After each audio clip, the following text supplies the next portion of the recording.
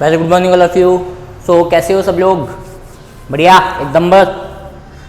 बेटा अभी तक अपन ने कार्बन एलिमेंट्स कंपाउंड के 6 लेक्चर जो हैं वो कंप्लीट कर लिए हैं। आज अपन बेटा 7वें लेक्चर के ऊपर डिस्कशन करेंगे और इससे पहले अगर आप लोगों ने लेक्चर नहीं देखे हैं तो उसको देख लीजिए, ठीक है। हालांकि ये वाला जो लेक्चर है वो लगभग डिफरेंट है, ठीक है, लेकिन फिर भी वहाँ पे कहीं ना कहीं पे कुछ ना कुछ नेमिंग आएगी IUPAC की, ठीक है। तो वो आप लोगों को आनी चाहिए, क्योंकि देखो जब तक आपको कंप्लीट नॉलेज नहीं होगी ना तब तक मज़ा नहीं आता पढ़ने में, ठीक है। मज़ा जब ही आएगा जब आपको कंप्लीट नॉलेज हो किसी चीज़ की, ठीक है।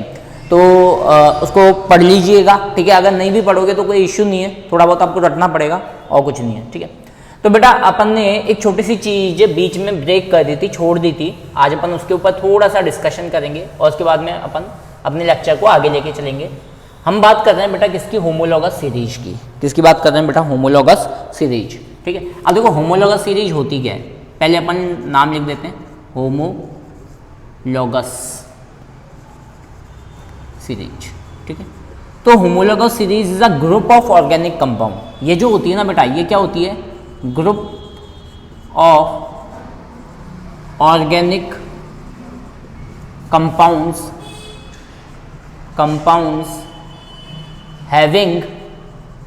हैविंग सिमिलर स्ट्रक्चर, जिनका स्ट्रक्चर क्या होता है बेटा? सिमिलर होता है। Having similar structure, same chemical properties, उनकी जो केमिकल प्रॉपर्टीज होती हैं बेटा वो भी क्या होती हैं? सेम होती हैं। Same chemical properties and same functional group, और उनके जो फंक्शनल ग्रुप होते हैं वो भी क्या होते हैं बेटा? सेम होते हैं। And same functional group and their successive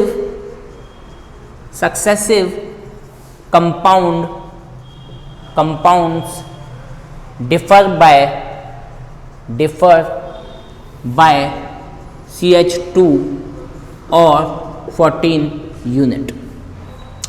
तो इसको पहले समझो बेटा, होमोलॉगस सीरीज होती क्या है? होमोलॉगस सीरीज क्या होती है? It is a group of organic compound. Organic compound का वो ग्रुप जिनका स्ट्रक्चर सेम होता है, उनकी केमिकल प्रॉपर्टीज सेम होती हैं, ठीक है, और उनके फंक्शनल ग्रुप होते हैं ना वो भी क्या होते हैं बेटा? सेम होते हैं, ठीक है। आप लोगों को पता होगा फंक्शनल ग्रुप क्या होते हैं, ठीक है। लेकिन उनके जो सक्सेसिव कंपाउंड होते हैं, जो उनके सक्सेसिव मतलब एक के बाद एक जो कंपाउंड आते हैं, जो सक्सेसिव कंपाउंड होते हैं, उनमें कितने का अंतर होता है बेटा? CH2 का अंतर होता है या फिर 14 यूनिट का अंतर होता है। अब देखो CH2 को 14 यूनिट बोल सकते हैं, कैसे बोल सकते हैं आ गया होगा आप लोगों को समझ में। कार्बन का जो एटॉमिक मास होता है वो क्या होता है बेटा? 12। हाइड्रोजन का होता है 1, 2 हाइड्रोजन है तो टोटल 2 हो गया, तो कितना आ गया अपने पास में? 14 आ गया। ये आप लोग 9th में पढ़ के आए होंगे, ठीक है, ठीक है। बट देयर फिजिकल प्रॉपर्टी, लेकिन उनकी फिजिकल प्रॉपर्टी जो हैं वो क्या करती हैं? फिजिकल प्रॉपर्टी कैन वेरी, ठीक है। उनकी फिजिकल प्रॉपर्टी जो है वो क्या करती है? वेरी करती हैं according to homologous. According to homologous की जगह आप ये लिख दो अकॉर्डिंग टू कार्बन कंटेंट। किसके अकॉर्डिंग? कार्बन कंटेंट के अकॉर्डिंग, ठीक है। जैसे एज एन एग्जाम्पल अगर मैं बात करूं बेटा, सबसे पहले मैं बात करता हूं किसकी? CH3 की। तो CH3 को बेटा क्या बोला जाता है? मिथाइल बोला जाता है, ठीक है। अगर मैं इथाइल लिखूंगा, इसमें ही अगर मैं इथाइल लिखूं तो इथाइल में क्या आएगा बेटा? C2H5 आएगा। देखो दोनों के बीच में कितने का अंतर आ गया? CH2 का अंतर आ गया। इसके अलावा अगर मैं C3H7 लिखूं तो ये क्या कहलाएगा? प्रोपाइल कहलाएगा, ठीक है। तो ये पूरी की पूरी जो सीरीज है ना बेटा, ये क्या है? होमोलॉगस सीरीज है। और अगर मैं पर्टिकुलर किसी एक नाम की बात करूं, जैसे ये इथाइल हो गया, प्रोपाइल हो गया, ये क्या है? एक होमोलॉगस है, ठीक है। किसका? ये जो आपकी एल्काइल सीरीज होती है उसका होमोलॉगस है।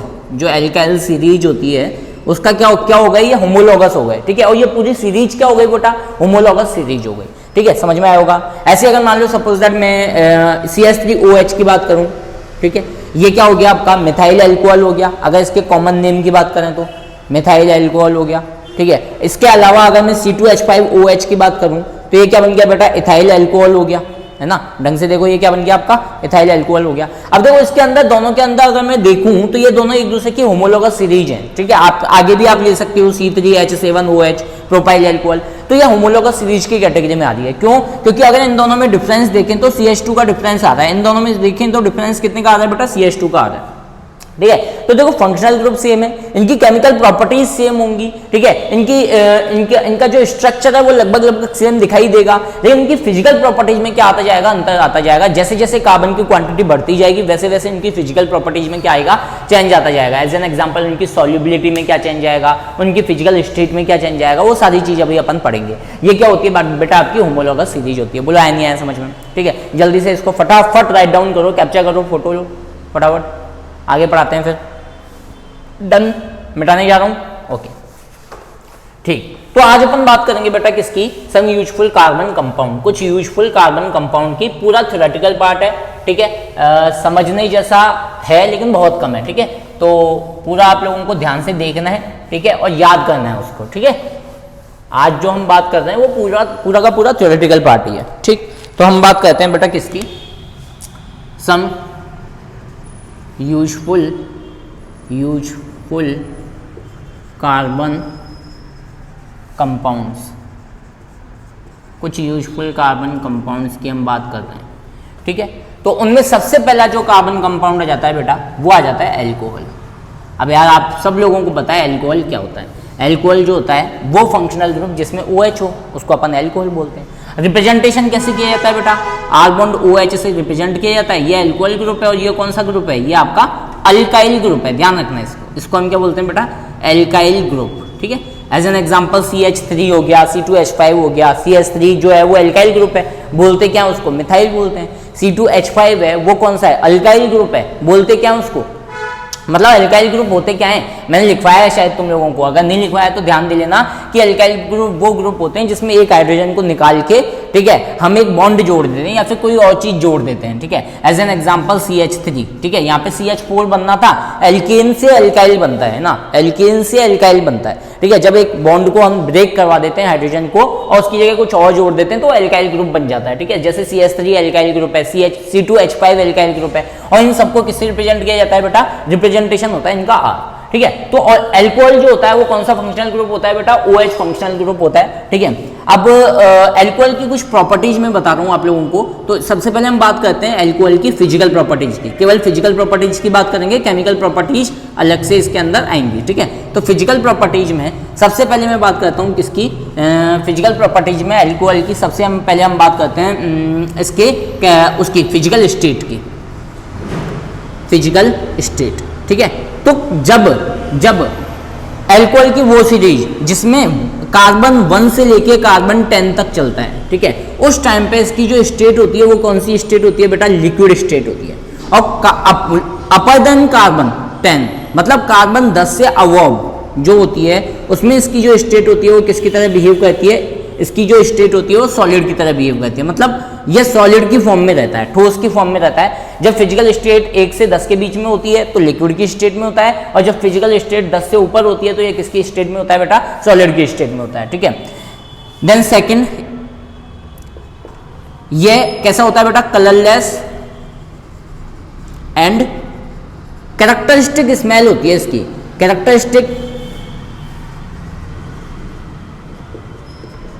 कैरेक्टरिस्टिक स्मेल का मतलब क्या होता है बेटा, मतलब पहचानने वाली स्मेल होती है, मतलब इसकी जो स्मेल है जब आप इसको जानने की कोशिश करोगे तो अलग से ये गंध आ जाती है, ठीक है, तो पहचानने वाली स्मेल होती है, ठीक है। थर्ड, इसका बॉइलिंग पॉइंट जो होता है ना बेटा वो क्या होता है, इंक्रीज होता है with increase of molecular mass.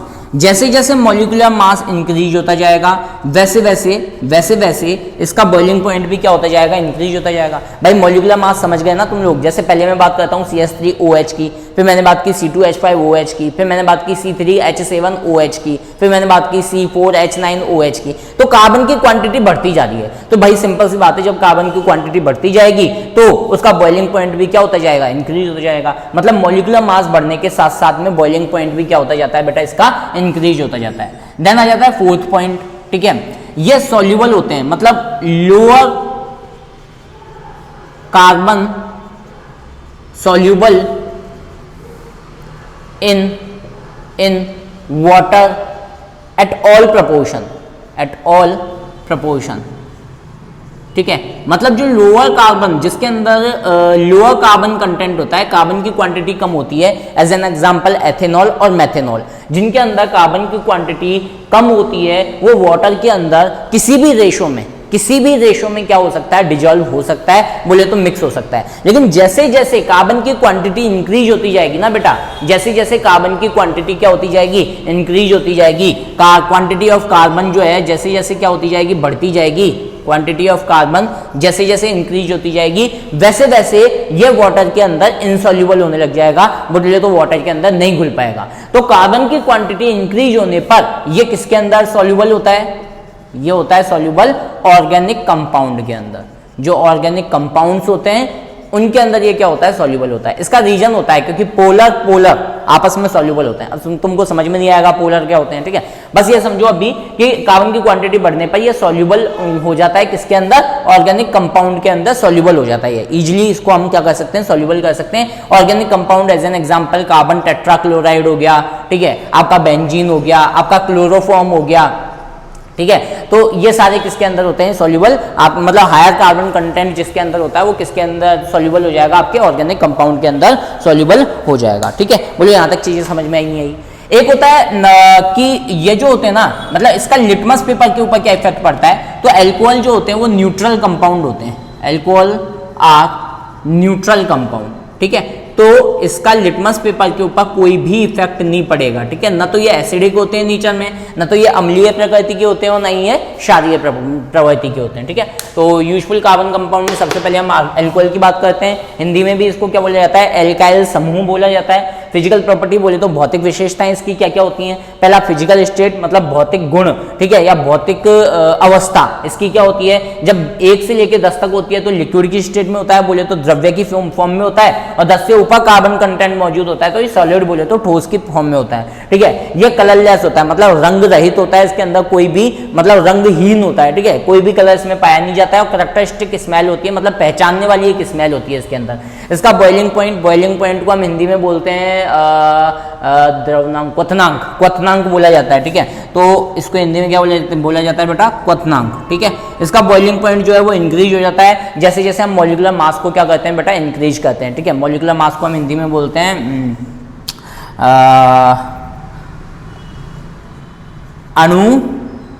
आणविक द्रव्यमान, है ना, आणविक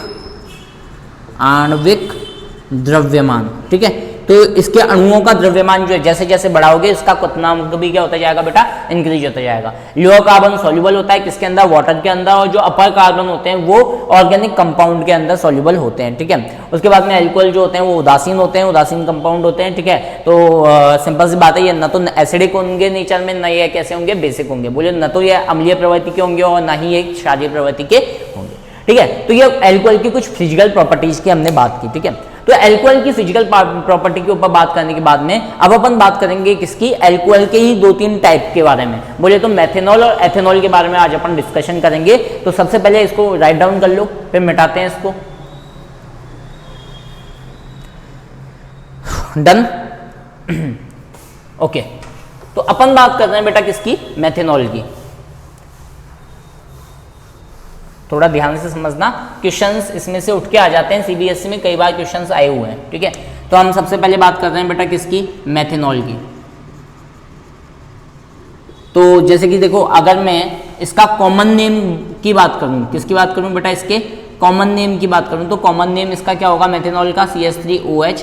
तो ये तो हो गया मिथाइल और ये हो गया एल्कोहल, तो ये क्या बन गया बेटा, मिथाइल एल्कोहल कॉमन नेम हो गया इसका, क्योंकि भाई ये तो एल्कोहल ग्रुप है और CH3 क्या है, मिथाइल ग्रुप है, तो ये ओवरऑल क्या बन गया, मिथाइल एल्कोहल हो गया। अगर IUPAC की बात करूं तो ये मेथेन है, मेथेन के साथ में OH जुड़ रहा है तो ये क्या बन जाएगा, मेथेनॉल बन जाएगा, ठीक है। तो इसका कॉमन नेम जो होता है वो क्या होता है बेटा, मेथेनॉल का कॉमन नेम होता है मिथाइल एल्कोहल, है ना, कोई इश्यू वाली बात नहीं है।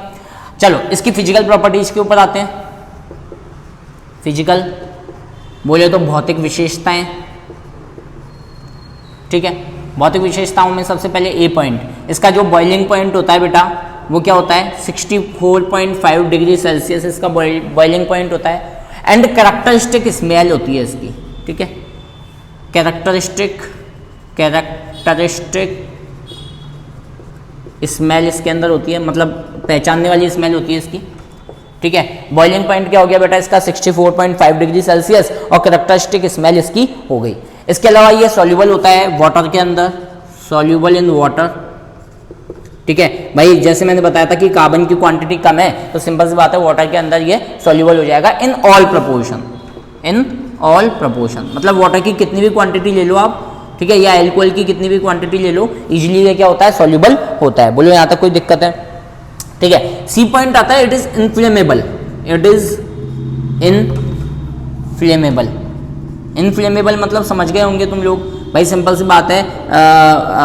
मतलब अगर इसके पास में अगर तुम लोग कोई मैच स्टिक वगैरह लेके आओगे तो ये बहुत जल्दी से क्या हो जाता है बेटा, बर्न हो जाता है, ठीक है, बहुत जल्दी से क्या होने लग जाता है, ये जलने लग जाता है, इस वजह से इसको क्या बोला जाता है, इनफ्लेमेबल बोला जाता है। एंड डी पॉइंट आता है इट इज पॉइजनस, ठीक है, ये पॉइजनस होता है, ठीक है। पॉइजनस होने की वजह से इसको कई कंपाउंड में मिलाया जाता है, कई कंपाउंड में मिला और उस ड्रिंक को अनफिट बनाया जाता है किसके लिए, ह्यूमन कंजप्शन के लिए, ठीक है। तो ये बहुत ज़्यादा क्या हो जाता है बेटा, पॉइजनस होता है, इसको हम ड्रिंकेबल पर्पज में यूज में नहीं ले सकते, ठीक है, मतलब ड्रिंक करने के पर्पज में हम इसको यूज में नहीं ले सकते। बोलो यहाँ तक चीज़ें समझ में आई क्या? इसको उतारो बेटा जल्दी फटाफट, ठीक है। अब इसके बाद में बात करते हैं अपन बेटा किसकी, केमिकल प्रॉपर्टीज की, ठीक है, यहीं से ही स्टार्ट कर रहा हूं मैं, केमिकल प्रॉपर्टीज। तो केमिकल प्रॉपर्टीज में बेटा सबसे पहला पॉइंट आ जाता है, केमिकल प्रॉपर्टीज में सबसे पहला पॉइंट आ जाता है कंबशन। पढ़ा हुआ है तुम लोगों ने सबने, है ना। कंबशन क्या होता है बेटा, सिंपल सी बात है, यहाँ मेथेनॉल की बात हो रही है तो मेथेनॉल की केमिकल प्रॉपर्टीज की बात होगी, तो मेथेनॉल की रिएक्शन में किसके साथ में करवा दूं, जल्दी बोलो, मेथेनॉल की रिएक्शन में किसके साथ करवा दूं भाई, सिंपल सी बात है ऑक्सीजन के साथ करवाऊंगा। और जब मेथेनॉल की रिएक्शन ऑक्सीजन के साथ होती है तो मैंने तुम लोगों को रिएक्शन बताई थी तो कि आपको क्या मिलेगी, हमेशा कार्बन डाइऑक्साइड मिलेगी, वाटर मिलेगा और साथ में क्या मिलेगी, हीट मिलेगी।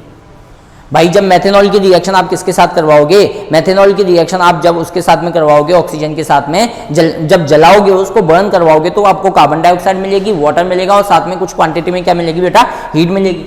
अब मान लो सपोज दैट मुझे इसको क्या करना है, बैलेंस करना है। अब बैलेंस करने के लिए क्या करें भाई, कार्बन कार्बन तो बैलेंस है यहाँ पे। हाइड्रोजन की बात करूं तो यहाँ पे हाइड्रोजन कितने 3 है और यहाँ पे हाइड्रोजन कितने 2 हैं। भाई यहाँ पे तो हाइड्रोजन 3 है और यहाँ पे हाइड्रोजन कितने 2 हैं, तो इन दोनों को बैलेंस करो। बैलेंस करने के लिए हम क्या करते हैं, यहाँ पे अगर बात करें तो 3 नहीं है, सॉरी, यहाँ पे कितने 4 हैं और यहाँ पे कितने 2 हैं, ठीक है। तो बैलेंस करने के लिए क्या किया जाए, ऐसा करते हैं, इधर अपन क्या लगा देते हैं, 2 लगा देते हैं। भाई H2O के साथ में मैं क्या लगा देता हूँ, 2 लगा देता हूँ, तो ये क्या हो जाएगी, हाइड्रोजन तो बैलेंस हो जाएगी। बोलो, हाइड्रोजन तो क्या हो जाएगी, बैलेंस हो जाएगी। वैसे ये चेंज होगा, देखना दोबारा भी, हाइड्रोजन हो गई बैलेंस, ठीक है। अब देखो यहाँ पे हाइड्रोजन कितनी है 4 और यहाँ पे भी हाइड्रोजन कितनी है 4। ऑक्सीजन कितनी है देखो, टोटल ऑक्सीजन 2 ऑक्सीजन ये रही, 1 ऑक्सीजन ये रही, ठीक है। और यहाँ पे देखो 2 ऑक्सीजन ये रही और 2 ऑक्सीजन ये रही, टोटल है यहाँ पे 4 ऑक्सीजन और यहाँ पे कितनी ऑक्सीजन है बेटा, यहाँ पे 3 ऑक्सीजन है। तो इसको 4 बनाने के लिए मैं क्या लगा देता हूँ, आगे 2 लगा देता हूँ, ठीक है। अब जैसे देखो 2 लगाया तो हाइड्रोजन वापस से चेंज हो गए, ठीक है। तो आप हाइड्रोजन को बैलेंस कर लो, उससे अच्छा तो, ठीक है। तो देखो सबसे पहले ऑक्सीजन यहाँ पे कितने हो गए 4 और यहाँ पे भी ऑक्सीजन कितने हो गए बेटा 4 हो गए, चलो कोई इशू नहीं है। अब हाइड्रोजन देखो वापस से, हाइड्रोजन यहाँ पे देखो 3 2 जा 6 हाइड्रोजन यहाँ पे और 2 हाइड्रोजन यहाँ पे, मतलब टोटल 8 हाइड्रोजन यहाँ पे मौजूद है, ठीक है। अगर टोटल 8 हाइड्रोजन है, दोबारा देख लो एक बार, 2CH3OH प्लस ऑक्सीजन O2 और इधर बात करते हैं CH3OH की। एक बार दोबारा देखो इसको,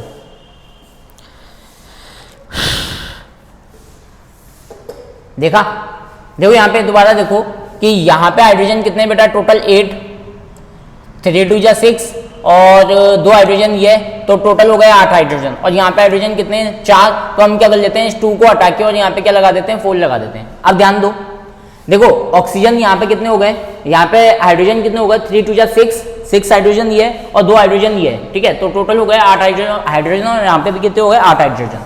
अब यहाँ पे देखो कार्बन कितने यहाँ पे, वो देखो पहले ऑक्सीजन, ठीक है। ऑक्सीजन यहाँ पे कितने, ऑक्सीजन यहाँ पे 2 और 2 ऑक्सीजन यहाँ पे, टोटल 4, ठीक है। और अगर मैं यहाँ पे बात करूँ तो यहाँ पे 4 ऑक्सीजन ये और 2 ऑक्सीजन ये, टोटल कितने 6 ऑक्सीजन है, ठीक है। ढंग से देखो तो यहाँ पे तो 6 ऑक्सीजन है और यहाँ पे कितने 8 देखो एक बार 2 2 4 ऑक्सीजन। कार्बन की बात करूं तो यहाँ पे कार्बन कितने हैं बेटा 2 और यहाँ पे कार्बन कितना है 1। तो पहले तो इसको कार्बन को अपन सेटिस्फाई करवा देते हैं, ठीक है, क्योंकि अगर मैं यहाँ पे 2 को लगाऊंगा तो हाइड्रोजन के ऊपर कोई चेंज नहीं आएगा, ठीक है। तो कार्बन 2 हो गए, यहाँ पे भी कार्बन 2 हो गए। अब देखो यहाँ पे ऑक्सीजन टोटल कितने हो गए, यहाँ पे ऑक्सीजन टोटल हो गए 4 और 4 8 ऑक्सीजन यहाँ पर है और यहाँ पे कितने बेटा टोटल 4 ऑक्सीजन है। भाई 2 ऑक्सीजन ये रहे 2 ऑक्सीजन ये रहे, ठीक है। तो क्या कहते हैं अगर मैं यहाँ पे 3 लगा दूं, ठीक है, तो ये देखो क्या हुआ 3 2 6 6 ऑक्सीजन ये हो गए और 2 ऑक्सीजन ये हो गए, तो टोटल यहाँ पे भी कितने ऑक्सीजन हो गए 8 ऑक्सीजन हो गए। तो इस तरीके से हमने इसको क्या कर दिया बैलेंस कर दिया, ठीक है। बैलेंसिंग में समझा दूंगा, इसके ऊपर एक अलग से लेक्चर बना दूंगा। अभी बस ये समझो कंबशन क्या होता है बेटा। कंबशन क्या होता है, कंबशन जब हम क्या कहते हैं मेथेनॉल की रिएक्शन ऑक्सीजन के साथ में करवाते हैं तो आपको कार्बन डाइऑक्साइड मिलता है, वाटर मिलता है और कुछ अमाउंट में क्या मिलती है हीट मिलती है। इसी रिएक्शन को अपन क्या बोलते हैं कंबशन रिएक्शन बोलते हैं। कंबशन रिएक्शन करने के बाद में अपनी होती है रिएक्शन विद मेटल। जब अपन रिएक्शन करवाते हैं किसके साथ में बेटा मेटल के साथ में। अब मेटल कुछ भी हो सकता है भाई, सोडियम में हो सकता है, पोटेशियम हो सकता है, मैग्नीशियम हो सकता है, जिंक हो सकता है, एल्यूमिनियम हो सकता है, कुछ भी हो सकता है। तो मैंने भाई सबसे पहले क्या बात की CH3OH, इसकी रिएक्शन मैंने किसके साथ करवाई बेटा सोडियम के साथ में। जैसे ही मैं सोडियम के साथ में इसकी रिएक्शन करवाता हूँ तो क्या होगा बेटा ये हाइड्रोजन यहाँ से डिस्प्लेस होगा और Na इसके साथ में कंबाइंड होगा, तो ये क्या बना देगा CH3ONA प्लस आपको मिल जाएगी एक हाइड्रोजन गैस। क्या मिल जाएगी हाइड्रोजन गैस। अब एक बात बताओ ये हाइड्रोजन गैस के ऊपर मैंने एरो का साइन क्यों लगाया, क्योंकि ये गैसियस फॉर्म में है, ठीक है। जैसे ही गैस बनेगी वैसे ही ये क्या हो जाएगी वेपराइज हो जाएगी, ठीक है। तो पहले तो ये समझो कि CH3ONA यहाँ से हाइड्रोजन निकला और Na क्या हुआ अटैच हुआ। अब बात आती है कि सर यहाँ पे हाइड्रोजन 2 है और यहाँ पे हाइड्रोजन 1 है, तो बैलेंस करना जरूरी है, बिल्कुल बैलेंस करना जरूरी है। तो मैं क्या लगा देता हूँ बेटा, अच्छा थोड़ा इसको ध्यान से देखो, CH3OH इसकी रिएक्शन अपन ने किसके साथ में करवाई Na के साथ में, ठीक है, कोई दिक्कत नहीं है। यहाँ पे अगर मैं हाइड्रोजन की बात करूँ तो हाइड्रोजन यहाँ पे कितने हैं बेटा 4 और यहाँ पे हाइड्रोजन कितने 2, ठीक है। मैं क्या करता हूँ यहाँ पे अगर 2 लगा देता हूँ, ठीक है, तो यहाँ पे भी क्या लग जाएगा बेटा 2 लग जाएगा। अब ध्यान से देखो 2CH3OH कार्बन कितने 2, कार्बन कितने 2, हाइड्रोजन कितने यहाँ पे 6 6 2 8, यहाँ पे हाइड्रोजन कितने बेटा 6 और 6 2 8, यहाँ पे सोडियम कितना 1 लेकिन यहाँ पे सोडियम कितने 2, तो हम क्या कर देते हैं यहाँ पे भी 2 लगा देते हैं, ठीक है। तो ये क्या हो गई अपनी कंप्लीट हो गई। भाई सोडियम की जगह के ऊपर आप क्या ले सकते हो पोटेशियम भी ले सकते हो, ठीक है, एल्यूमिनियम भी ले सकते हो, लेकिन उसके लिए रिएक्शन चेंज हो जाएगी, ठीक है। देन आपकी सी रिएक्शन आती है, ठीक है। सी रिएक्शन कहलाती है आपकी ऑक्सीडेशन रिएक्शन। कौन सी रिएक्शन होती है बेटा ऑक्सीडेशन रिएक्शन। भाई ऑक्सीडेशन का तो आप लोगों को पता है, एल्कोहल की रिएक्शन, एल्कोहल का जब ऑक्सीडाइजेशन करवाया जाता है तो या तो मैथेन का जब ऑक्सीडाइजेशन करवाते हो तो क्या एल्कोहल मिलेगा, ठीक है, या फिर एल्डिहाइड मिलेगा, ठीक है। और जब एल्कोहल और एल्डिहाइड का ऑक्सीडेशन करवाओगे तो कार्बोक्सिलिक एसिड मिलेगा, ठीक है। अब इसके अंदर भी 2 ऑक्सीडाइजिंग तरीके के ऑक्सीडाइजिंग एजेंट होते हैं, एक तो होता है मॉडरेटली ऑक्सीडाइजिंग एजेंट और एक होते हैं हाईली ऑक्सीडाइजिंग एजेंट, ठीक है। जब मैं किसकी बेटा CH3OH की रिएक्शन किसकी प्रेजेंस में करवाता हूं K2Cr2O7 की प्रेजेंस में करवाता हूं in the presence of H2SO4, ठीक है। तो मैंने तुम लोगों को बताया था ये एक ऑक्सीडाइजिंग एजेंट होता है, ठीक है। एक और होता है, मैंने एक और बताया था, बहुत सारे बताए थे वैसे तो, फेलिंग रिएजेंट बताया था, ठीक है, टॉलेन रिएजेंट बताया था, सारे ऑक्सीडाइजिंग एजेंट होते हैं, ठीक है। और KMnO4 की प्रेजेंस में करवाता हूं in the presence of H2SO4, ठीक है। तो मैंने बताया था ये जो ऑक्सीडाइजिंग एजेंट होते हैं ना बेटा ये O2 देने का काम करते हैं। क्या देने का काम करते हैं, या तो O2 देने का काम करेंगे या नेसेंट ऑक्सीजन बोलते हैं इसको। क्या बोलते हैं इसको नेसेंट ऑक्सीजन, नेसेंट ऑक्सीजन देने का काम करेंगे, ठीक है। तो जब K2Cr2O7 के साथ में इसकी रिएक्शन करवाओगे तो आपको क्या मिलेगा बेटा H bond C double bond O bond H, बोले तो ये तो मिला आपको एल्डिहाइड। क्या मिला एल्डिहाइड, ठीक है। थोड़ा ध्यान से समझना और सुनना। और यहां पे मिलता है आपको C double bond O bond OH, ठीक है, बॉन्ड H, ठीक है। ये मिलता है आप लोगों को क्या कार्बोक्सिलिक एसिड। इसको अपन क्या बोलते हैं फॉर्मिक नहीं बोलते इसको, कार्बोक्सिलिक ही बोलते हैं इसको, कार्बोक्सिलिक एसिड, फॉर्मिक एसिड ही होता है, ठीक है। तो ध्यान से सुनना K2Cr2O7 एक मॉडरेटली ऑक्सीडाइजिंग एजेंट होता है, ये एल्कोहल को एल्डिहाइड में बदल देता है, जबकि KMnO4 जो होता है वो हाईली ऑक्सीडाइजिंग एजेंट होता है जो एल्कोहल को डायरेक्टली किस में बदल देता है बेटा कार्बोक्सिलिक एसिड में बदल देता है। तो ये चीज आप लोगों को थोड़ी सी ध्यान रखनी है। बोलो यहाँ तक चीज आई नहीं आई समझ में। तो जब एल्कोहल की रिएक्शन K2Cr2O7 के साथ में ऑक्सीडाइजेशन करवाया जाता है तो एल्डिहाइड में बदलता है, और अगर KMnO4 की प्रेजेंस में करवाया जाता है तो कार्बोक्सिलिक एसिड में बदलता है। अगर मान लो इसी की रिएक्शन दोबारा K2Cr2O7 की प्रेजेंस में करवा दो आप, क्या, इसकी रिएक्शन अगर दोबारा K2Cr2O1 की प्रेजेंस में करवा दो तो आपको क्या मिल जाएगा बेटा, तो आपको वापस से क्या मिल जाएगा, कार्बोक्सिलिक एसिड मिल जाएगा, बोले तो कार्बोक्सिलिक अम्ल मिल जाएगा। देखो कंबशन को हम हिंदी में बोलते हैं दहन, है ना, और रिएक्शन विद मेटल ये तो पता ही होगा, धातु के साथ अभिक्रिया। ऑक्सीडेशन को हम हिंदी में बोलते हैं ऑक्सीकरण, ठीक है। देन डी पॉइंट आता है एस्ट्रिफिकेशन। एस्ट्रिफिकेशन, एस्ट्रिफिकेशन बोले तो एस्टर का निर्माण। एस्टर, एस्टर क्या होता है पहले तो ये समझो। एस्टर होता है बेटा आर डैश बॉन्ड COOR, ध्यान से सुनना, आर डैश और आर अल्काइल ग्रुप है और उसके साथ में COO जुड़ा हुआ है, ठीक है। तो अगर हम बात करें किसकी, अगर हम बात करें इसके कॉमन नेम की, तो पहले इसको चुना जाएगा, फिर इसको चुना जाएगा और उसके बाद में इसको एस्टर बोल दिया जाएगा। मान लो सपोज दैट ऐसे बोला मैंने कि CH3COOCH3, तो मैं क्या बोलूंगा, मिथाइल एस्टर, मतलब मैं बोलूंगा डायमिथाइल एस्टर। इसका क्या हो गया, कॉमन नेम हो गया, ठीक है। IUPAC नेमिंग भी अभी मैं बताऊंगा, पहले ये समझ लो ये क्या बन गया, मिथाइल एस्टर, तो ये क्या बन गया, डायमिथाइल एस्टर, ठीक है। पहले ये समझो कि एस्टर बनता कैसे है, एस्टर बनता कैसे है। तो भाई जब भी अल्कोहल की रिएक्शन, क्या CH3OH की रिएक्शन एसिटिक एसिड के साथ करवाई जाती है, बोले तो CH3COOH, इसको एसिटिक एसिड भी बोल सकते हो या फिर एथेनोइक एसिड भी बोल सकते हो। भाई अगर आप इसका कॉमन नेम देखो तो एसिटिक एसिड नाम होता है, कॉमन नेम देखो तो क्या नाम होता है बेटा इसका, एसिटिक एसिड, बोले तो एसिटिक अम्ल। और अगर IUPAC नेम देखो तो क्या होगा, एथेनोइक एसिड। पता है ना यार कैसे होगा, भाई दो कार्बन है, एथेन बना और COOH है, तो भाई सिंपल सी बात है OH आएगा तो एथेनोइक बन गया ये। जब इन दोनों की रिएक्शन आपस में करवाई जाती है तो आपको क्या मिलता है बेटा, एक तरफ से H और एक तरफ से OH निकलता है और ये चीज क्या बन जाती है, CH3COOCH3, मतलब इधर से OH निकला, इधर से हाइड्रोजन निकला और ये आपस में अटैच हो गए और साथ में क्या मिलता है बेटा, पानी मिलता है, बोले तो वाटर मिलता है, ठीक है। बोले यहाँ तक चीजें समझ में आई क्या? ठीक है, तो ये आपका ये जो निकल के आया ये किसकी फॉर्म में बेटा, R-COOR। ढंग से देखो ये एल्काइल ग्रुप है और ये भी एल्काइल ग्रुप है, ठीक है। अभी मैंने R- इसलिए लिखा क्योंकि ये अलग भी हो सकता है, कोई जरूरी नहीं है ये CH3 हो, भाई इसकी जगह पे कुछ और भी हो सकता है, C2H5 भी हो सकता है, तो इस वजह से मैंने इसको R- से इंडिकेट किया है कि ये दोनों ग्रुप अलग अलग हो सकते हैं, ठीक है। तो बोलो यहां तक चीजें समझ में आई क्या, ठीक है, बोलो यहां तक चीजें समझ में आई क्या? अच्छा, इसका अगर मैं IUPAC नोमेनक्लेचर के अकॉर्डिंग नाम बताऊं तो इसका नोमेनक्लेचर के अकॉर्डिंग क्या होगा, पहले तो ये पूरा आएगा बेटा, इसको हम बोलते हैं मिथाइल, ठीक है। और यहां पर दो कार्बन है, ठीक है, और जो एस्टर होता है ना बेटा, ऊपर लिख देता हूं मैं, एस्टर जो होता है वो सफिक्स लेता है O8, शायद मैंने इसका नाम नहीं लिखवाया होगा पहले, ठीक है। तो एस्टर जो है वो अपने साथ में सफिक्स लेता है क्या, O8, ठीक है। तो बेटा CH3 तो मेथिल हो गया, ठीक है, और दो कार्बन है तो क्या बन गया, एथेन बन गया, ठीक है। और एस्टर ग्रुप जुड़ रहा है तो क्या बन गया, मिथाइल एथेनोएट, मिथाइल एथेनोएट, ठीक है। तो ये आपकी क्या होती है, इस तरीके से हम क्या कर सकते हैं बेटा, अल्कोहल के थ्रू या मेथनॉल के थ्रू एस्टर की प्रिपरेशन कर सकते हैं। बोलो यहां तक चीजें समझ में आई क्या? एक बार मैं कैमरा चेक कर लेता हूं, आप लोग इसको जल्दी फटाफट राइट डाउन करो।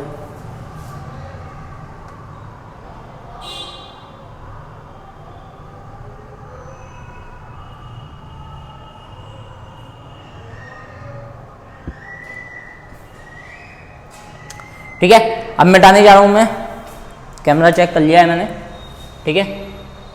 चलो अब अपन बात करेंगे बेटा, जैसे मेथनॉल की बात की वैसे ही अपन बात करेंगे किसकी, एथेनॉल की। देखो यूजेज आप पढ़ लेना, ठीक है, फिर भी मैं थोड़ा थोड़ा बता देता हूं। जो एथेनॉल मेथनॉल है इसका यूज कहाँ पे किया जाता है बेटा, डाई वगैरह बनाने में, परफ्यूम बनाने में, ठीक है, एस्टर बनाने में इसका यूज किया जाता है, ठीक है, गम, रेजिन, ये सारी चीजें बनाने में किसका यूज किया जाता है बेटा, मेथनॉल का यूज किया जाता है, ठीक है। यूजेज एक बार देख लेना, ठीक है, थ्योरेटिकल पार्ट है, ये नहीं करवा रहा हूं, ठीक है भाई। देन सेकंड पार्ट आता है बेटा इसका क्या, एथेनॉल। कौन सा पार्ट आता है बेटा, एथेनॉल, बी पार्ट, ठीक है। अब देखो एथेनॉल का नाम क्या, स्ट्रक्चर क्या बनेगा, CH3CH2OH, और अगर मैं इसका कॉमन नेम बोलूं तो ये तो बन गया क्या बेटा, इथाइल, ठीक है। ये कौन सा ग्रुप है, एल्कोहल, तो ओवरऑल क्या बन गया, एथिल एल्कोहल, ठीक है। और अगर मैं इसका IUPAC नेमिंग की बात करूं तो क्या बनेगा, एथेनॉल बनेगा, भाई सिंपल सी बात है, एथेनॉल बनेगा ही बनेगा, ठीक है। अब अपन बात करते हैं बेटा इसकी किसकी, फिजिकल प्रॉपर्टीज की, फिजिकल प्रॉपर्टीज, ठीक है। तो सबसे पहला पॉइंट तो यार, it is soluble in water, भाई सिंपल सी बात है, वाटर में सॉल्युबल होगा ये, it is soluble, it is soluble in water, पानी के अंदर सॉल्यूबल होता है इन ऑल प्रपोर्शन, ठीक है। मतलब आप पानी की कितनी भी क्वांटिटी ले लो या फिर एथेनॉल की कितनी भी क्वांटिटी ले लो, ये क्या होगा बेटा, हमेशा सॉल्यूबल होगा ही होगा, ठीक है। एथेनॉल जो है वो बॉयल होता है, इट्स बॉइलिंग पॉइंट, इसका जो बॉइलिंग पॉइंट होता है वो 351.1 डिग्री केल्विन होता है, ठीक है। तो थोड़ा सा ध्यान रखना, इसका जो बॉइलिंग पॉइंट होता है वो 351.1 केल्विन होता है। और एक और चीज़ ध्यान रखना है इसकी, इसका जो मेल्टिंग पॉइंट होता है ना बेटा, वो भी दिया हुआ मिल जाएगा आपको, इसका मेल्टिंग पॉइंट होता है 156 केल्विन, ठीक है। तो फिजिकल प्रॉपर्टीज में सबसे पहले क्या आ गया बेटा, ये जो है वाटर के अंदर सॉल्यूबल होता है, ठीक है।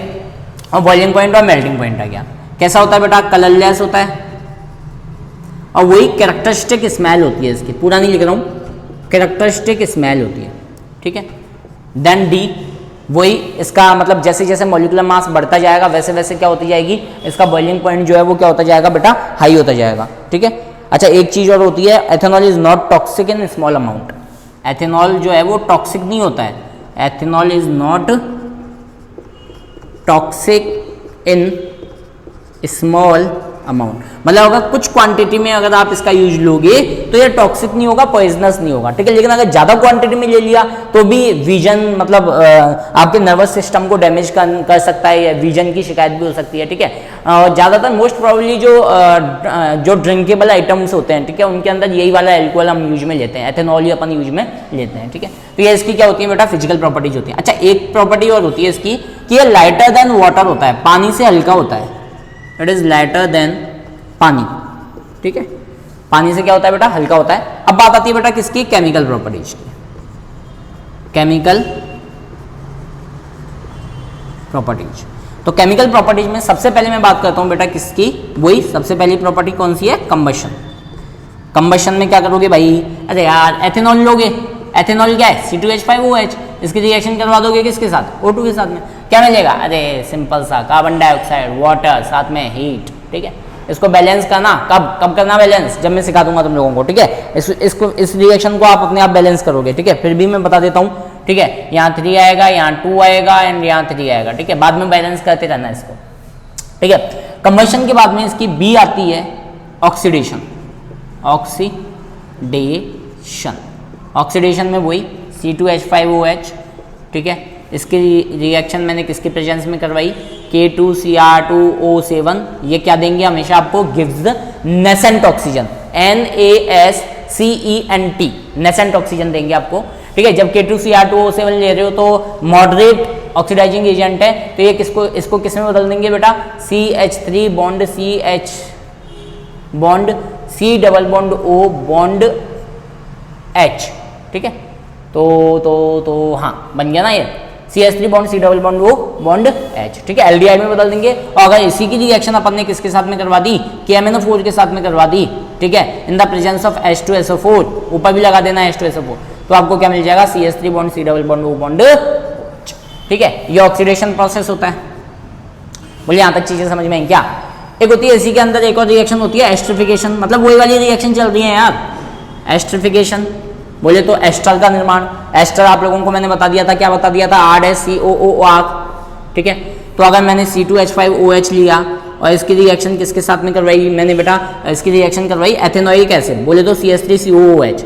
आप मेथेनोइक एसिड भी प्रोपेनोइक एसिड भी आप यूज में ले सकते हो, कोई इश्यू वाली बात नहीं है, ठीक है। जब इनकी आपस में क्या करवाते हो बेटा, रिएक्शन करवाते हो, तो रिएक्शन करवाने के बाद में आपको पानी मिलता है और साथ में क्या मिलता है, C2H5, ठीक है, C2H5COOCH3, भाई यहाँ से तो OH निकला, यहाँ से हाइड्रोजन निकला, ठीक है, तो C2H5COOCH3 ये बन जाता है।